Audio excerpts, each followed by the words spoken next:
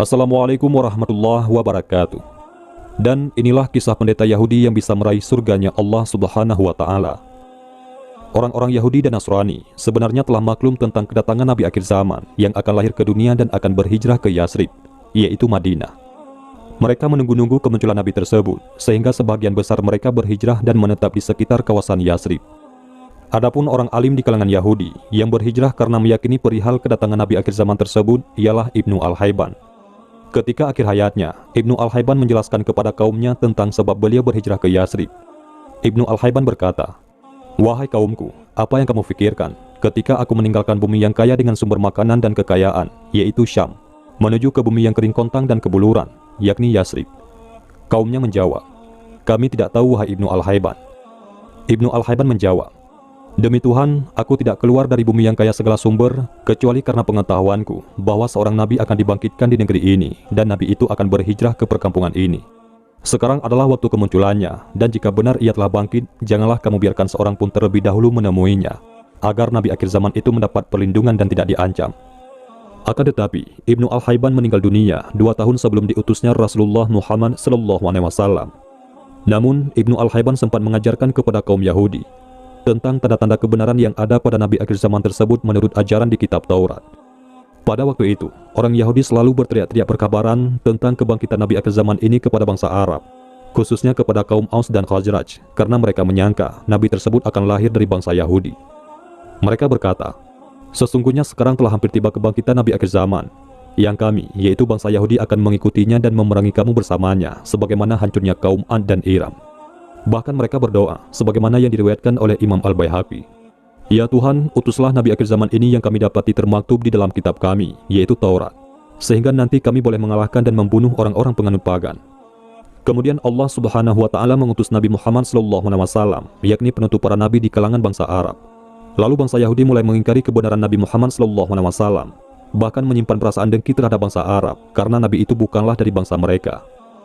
Terdapat 3 kumpulan Yahudi yang berada di Madinah ketika itu, yaitu Bani Nadir, Bani Qainuqa, dan Bani Quraidah. Setiap kumpulan mempunyai pemimpinnya masing-masing. Salah seorang pemuda dari Bani Quraidah berkata kepada kaumnya ketika dia melihat Nabi Muhammad SAW tiba di Madinah, "Wahai kaum Bani Quraidah, demi Tuhan, sesungguhnya dialah Nabi akhir zaman yang dijanjikan kepadamu, sebagaimana yang diceritakan Ibnu Al-Hayban." Tetapi ketika kaum Yahudi mendengar hal itu, mereka segera mengingkari sekeras-kerasnya bahwa Nabi akhir zaman itu bukanlah Nabi Muhammad SAW yang dimaksudkan Ibnu Al-Hayban. Allah Ta'ala menempelkan sikap kaum Yahudi ini sebagaimana firman-Nya, "Dan setelah sampai kepada mereka kitab, yaitu Al-Quran dari Allah yang membenarkan apa yang ada pada mereka. Sedangkan sebelumnya mereka memohon kemenangan atas orang-orang kafir. Ternyata setelah sampai kepada mereka apa yang telah mereka ketahui itu, mereka mengingkarinya." Quran Surat Al-Baqarah ayat 89. Sekalipun kebencian kaum Yahudi terhadap bangsa Arab begitu membara, tetapi di kalangan mereka ada juga yang memeluk Islam dan meyakini ajaran yang dibawa Nabi Muhammad SAW. Di antaranya ialah Al-Husain bin Salam bin Al-Haris, yang dikenali dengan nama Abdullah bin Salam. Nama lengkapnya adalah Abdullah bin Salam bin Haris Al-Israili. Beliau juga dijuluki dengan Abu Yusuf Al-Israili, karena masih memiliki jalur nasab dengan Nabi Yusuf bin Yakub bin Ishaq bin Ibrahim alaihimussalam. Nama aslinya adalah Husain. Kemudian setelah memeluk Islam, Nabi Muhammad SAW mengganti namanya menjadi Abdullah. Abdullah bin Salam sangat dihormati oleh kaum Yahudi, karena beliau mempunyai hubungan genealogi dengan Yusuf bin Yakub bin Ishaq bin Ibrahim alaihimussalam. Sebelum beliau memeluk Islam, beliau merupakan rabai ataupun pendeta di kalangan Bani Qainuqa, yang memiliki banyak pengetahuan mengenai ajaran Taurat. Setelah memeluk Islam, beliau menjadi salah seorang sahabat Nabi, yang bukan dari bangsa Arab dan bukan pula di antara orang yang awal memeluk Islam. Namun, keteguhan iman Abdullah bin Salam dinyatakan Allah di dalam beberapa ayat Al-Quran, yaitu di dalam surah Al-Ahqaf ayat 10 dan surah Ar-Ra'du ayat 43 yang turun berhubungan dengan keyakinannya kepada ajaran Islam yang dibawa baginda Rasulullah SAW. Dikisahkan pada awal keislamannya, ketika kabar kedatangan Nabi Muhammad SAW ke Madinah sampai di telinga Abdullah bin Salam. Abdullah bin Salam kemudian mencari informasi tentang siapa Nabi Muhammad SAW. Keyakinan Abdullah bin Salam bahwa Nabi Muhammad SAW adalah Nabi terakhir belum 100%. Untuk membuktikan kebenaran bahwa Nabi Muhammad SAW adalah seorang Nabi akhir zaman ataupun penutup para Nabi, maka Abdullah bin Salam ingin mengajukan 3 pertanyaan kepada baginda Rasulullah SAW. Pertanyaan yang hanya bisa dijawab oleh para Nabi atau orang yang mendapat wahyu dari langit saja. Abdullah bin Salam lantas bergegas pergi ke tempat perhentian baginda Rasulullah SAW. Abdullah bin Salam merenung wajah baginda SAW sedalam-dalamnya, lalu ia berkata, "Demi Allah, sesungguhnya wajah ini, yakni baginda SAW, adalah wajah orang yang bersikap jujur, bukan wajah pendusta. Dia seorang yang mengetahui hal ihwal agama, menyampaikan pesanan Taurat, dan mewarisi ajaran para nabi.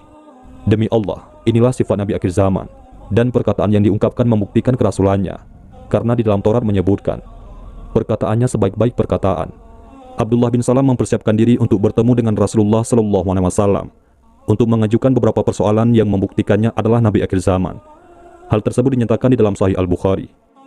"Sesungguhnya aku bertanya kepadamu, wahai Rasul Allah, tentang 3 hal, yang siapapun tidak mengetahuinya, kecuali seorang Nabi. Apakah awal tanda datangnya kiamat? Makanan apakah yang pertama dimakan penduduk surga? Dan apakah yang menyebabkan anak serupa dengan ayah atau ibunya?"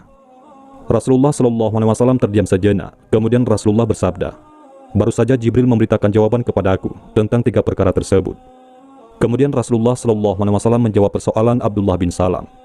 "Adalah awal tanda hari kiamat itu, apabila munculnya api yang menghimpunkan manusia dari timur ke barat. Manakala makanan pertama penghuni surga adalah lebihan yang melekat pada hati ikan. Apabila memancar air mani lelaki mendahului wanita, maka anak yang lahir serupa dengan ayah. Sebaliknya, jika air mani wanita mendahului pula, maka anak yang lahir serupa dengan ibu."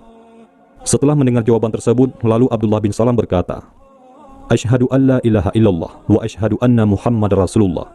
Aku bersaksi bahwa tiada Tuhan selain Allah, dan aku bersaksi bahwa engkau, wahai Muhammad, adalah Rasul Allah. Saat itulah Abdullah bin Salam bertambah yakin dengan kenabian Rasulullah Muhammad SAW.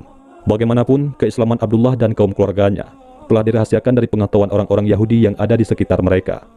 Suatu ketika Abdullah bin Salam menemui Rasulullah karena ia dulunya dari kalangan Yahudi, dan ia berterus terang kepada Rasulullah SAW tentang perangai kaum Yahudi. "Wahai Rasul Allah, sesungguhnya kaum Yahudi adalah bangsa yang gemar mengada-adakan kebohongan. Jika mereka mengetahui keislamanku sebelum diberitakan kepada mereka, pasti mereka akan membuat kebohongan atas diriku." Untuk membuktikan kebenarannya, Abdullah bin Salam bersama Rasulullah pergi bertemu kaum Yahudi untuk bertanya pendapat mereka berkenaan dengan Ibnu Al-Haris, yaitu Abdullah bin Salam. Lalu kaum Yahudi menjawab, "Dia adalah orang yang baik di kalangan kami, datang dari silsilah ataupun generasi yang baik di kalangan kami. Dia juga seorang pemimpin di kalangan kami, datang dari generasi yang memimpin kami." Kemudian Rasulullah SAW mengajukan persoalan lagi, "Bagaimana pendapat kalian jika Abdullah bin Salam masuk Islam?" Lalu kaum Yahudi menjawab, "Tuhan melindunginya, yaitu Abdullah bin Salam, dari perbuatan itu." Kemudian Abdullah bin Salam pun mengakui tentang keislamannya kepada kaum Yahudi di hadapan Rasulullah SAW. Berubahlah raut wajah kaum Yahudi ketika itu, lalu mereka memaki dan menghardik Abdullah bin Salam dengan perkataan, "Kamu ini yang terburuk, anak lelaki terkeji, dan kamu tidak tahu membeza mana yang betul dan mana yang salah." Mereka terus memaki Abdullah bin Salam tanpa henti, hingga beliau dan Rasulullah SAW berlalu pergi. Ketika itu Abdullah bin Salam memberitahu kepada Rasulullah SAW, "Inilah yang aku khawatirkan mengenai bangsaku, wahai Rasul Allah."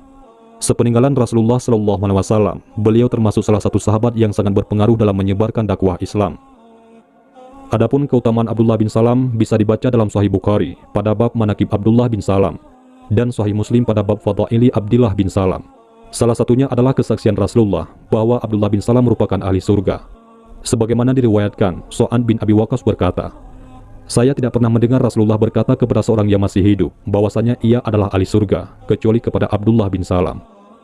Demikian sekilas kisah Abdullah bin Salam, rabi dari kalangan Yahudi yang kemudian memeluk Islam, kemudian menjadi salah satu sahabat Nabi yang sangat berpengaruh dalam mendakwahkan agama Islam, hingga beliau dapat meraih surganya Allah Subhanahu wa Ta'ala.